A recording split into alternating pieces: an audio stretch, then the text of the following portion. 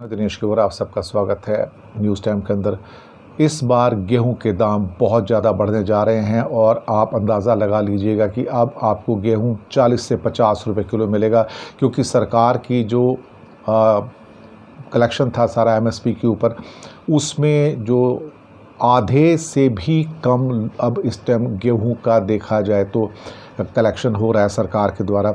हालात ऐसे हैं कि जो कारोबारी हैं, जो प्राइवेट ट्रेडर्स हैं, खेतों से ही गेहूं उठा के ले जा रहे हैं ज़्यादा पैसे के अंदर।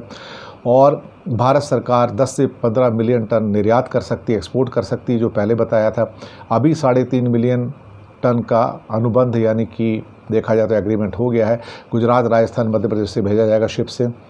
हालात ऐसे होते जा रहे हैं कि जिस एग्रेसिव तरीके से गेहूं की ख़रीदारी हो रही है, आप सोच के रखिए अगली शार्प तेज़ी गेहूं के अंदर आने जा रही है।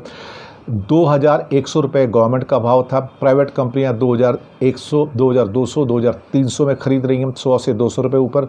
और इस बार 10% एक्सपर्ट्स का कहना है कि जो प्रोडक्शन है कम हुआ है। 2022-23 में गेहूं का उत्पादन जो अनुमान था 111 मिलियन टन होगा, ये 95 से सिर्फ 100 मिलियन टन होगा। इसका मतलब 11 से 15 मिलियन टन कम हो रहा है हीट की वजह से। दूसरा, ये 2021-22 के 109 मिलियन टन के मुकाबले बहुत कम है।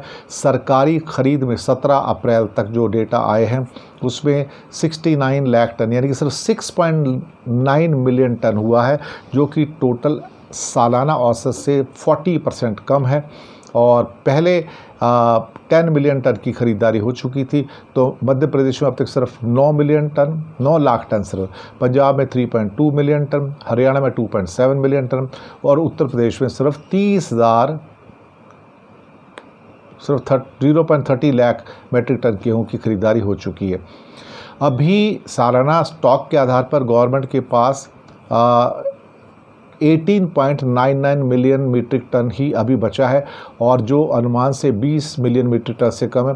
तो मुझे कोई हैरानी नहीं होगी कि प्राइवेट के हाथ में ये सारा गेहूं सौंप दिया गया है। अब 40 से 50 रुपये किलो यानी कि 21 रुपये का जो गेहूं होना चाहिए था वो 22-23 में प्राइवेट ख़रीद रहे हैं और हमें बेचेंगे 40 से 50 रुपये और 3 महीने के अंदर।